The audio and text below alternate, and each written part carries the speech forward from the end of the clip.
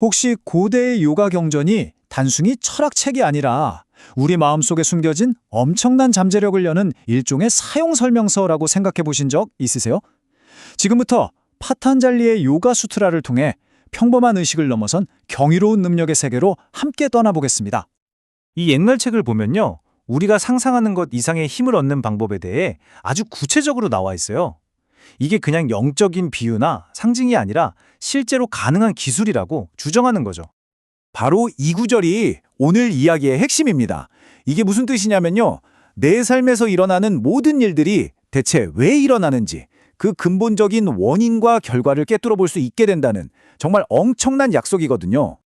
자, 미래를 알려면 당연히 현재가 어떻게 만들어지는지부터 알아야겠죠? 그 열쇠가 바로 카르마라는 개념인데요. 지금부터 우리의 아주 작은 행동 하나하나가 어떻게 거대한 운명이 되어 돌아오는지 그 비밀스러운 과정을 한번 따라가 보시죠. 카르마라고 하면 보통 좀 복잡하게 생각하시는데 사실 크게 두 가지로 나눠볼 수 있어요. 첫 번째는 즉각적인 카르마.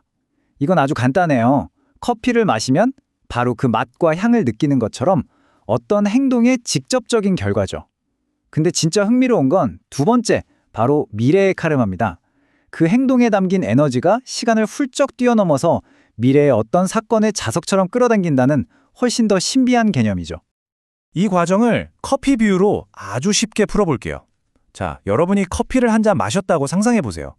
그 행동은 우리 마음 아주 깊은 곳에 정말 작은 에너지 흔적을 남겨요. 뭐 별거 아닌 것 같죠? 하지만 매일 커피를 마시는 행동이 반복되면 어떻게 될까요? 이 작은 흔적들이 차곡차곡 쌓여서 하나의 강력한 에너지 덩어리가 됩니다. 그리고 바로 이 덩어리가 어느 순간 아, 커피 마시고 싶다 하는 아주 강력한 충동을 만들어내는 거죠. 그리고 여기서부터가 진짜입니다. 그 에너지 덩어리는 나도 모르는 사이에 마치 자속처럼 비슷한 파동을 가진 사람이나 상황을 내 삶으로 끌어당기기 시작합니다. 결국 내가 무심코 마셨던 커피 한 잔이 미래의 어떤 만남이나 사건을 만들어내는 씨앗이 되는 셈이죠. 자, 이제 현실이 어떻게 돌아가는지 알았으니까 이걸 어떻게 바꿀 수 있는지 알아봐야겠죠? 요가에는 다른 존재의 힘을 내 것으로 만드는 아주 독특하고 강력한 방법이 있는데요. 바로 지배적 합일이라는 기술입니다. 이 기술은 세 단계로 이루어져요. 첫째, 연민으로 상대와 감정적으로 완전히 하나가 되는 거예요. 둘째, 부드러움으로 나와 상대 사이의 에너지 경계를 허물죠. 하지만 가장 역설적이고 중요한 게 마지막 단계, 바로 초연함입니다. 하나가 되려고 애쓰는 그 과정 자체에 집착하지 않고 한 발짝 물러서서 그 모든 걸 지켜보는 거예요. 바로 이 거리두기 덕분에 상대방에게 흡수당하지 않고 오히려 그 힘을 온전히 내 것으로 가져올 수 있게 되는 거죠. 그러니까 지배적 합일이라는 게요, 그냥 상대방과 똑같아지는 게 아니에요. 상대의 강점, 그 본질을 흡수해서 내가 한 단계 더 성장하고 강해지는 아주 전략적인 통합 기술에 가깝다고 할 수 있습니다. 지배라는 말 때문에 뭔가 힘으로 누르는 걸 상상하셨을 수도 있는데 와, 그 시작은 완전 정반대예요.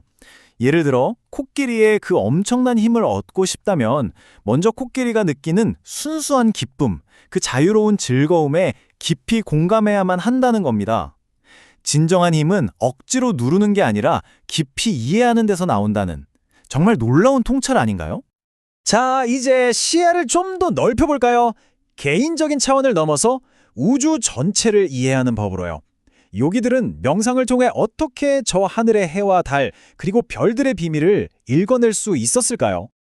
요기들은 태양이나 달, 별에 깊이 집중하면서 마치 우주의 언어를 배우는 것처럼 그 움직임의 의미를 읽어냅니다.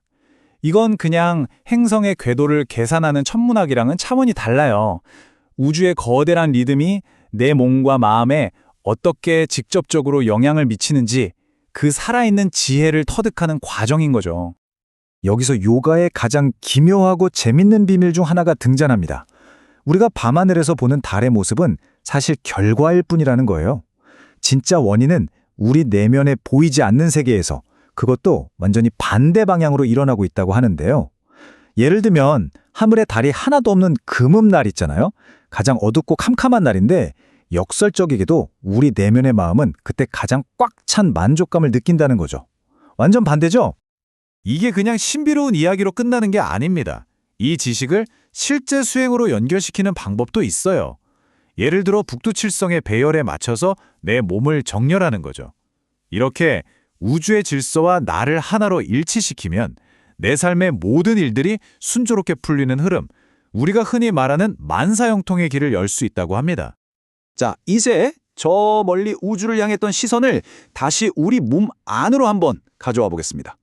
그 거대한 집중력을 우리 내면의 에너지 센터를 통제하는 데 사용하면 어떤 일이 일어날까요? 우리 몸 안에도 우주처럼 탐험할 에너지 센터들이 있다는 거예요. 마치 숨겨진 컨트롤 패널 같죠? 태양신경총에 집중하면 내 몸의 상태를 완벽히 알고 치유할 수 있고요. 목 센터를 통하면 배고픔이나 목마름 같은 기본적인 욕구에서도 벗어날 수 있다고 해요. 더 나아가서 심장이나 머리에 집중하면 영혼이 어떻게 작동하는지 이해하고 다른 깨달은 존재와 소통하는 것까지 가능해진다고 하니까 정말 대단하죠? 자, 지금까지 정말 영화에나 나올 법한 놀라운 힘들에 대해 이야기했잖아요.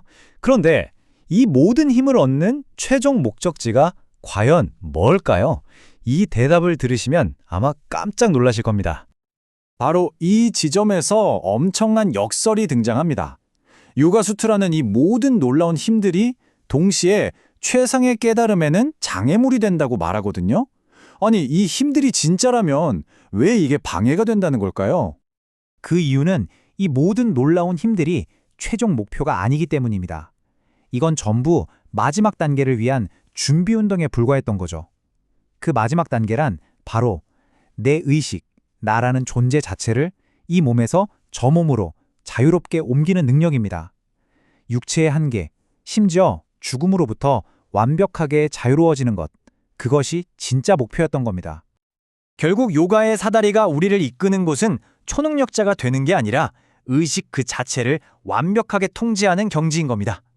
자, 여러분이 만약 여러분의 의식을 완벽하게 통제할 수 있게 된다면 그 한계는 과연 어디까지일까요?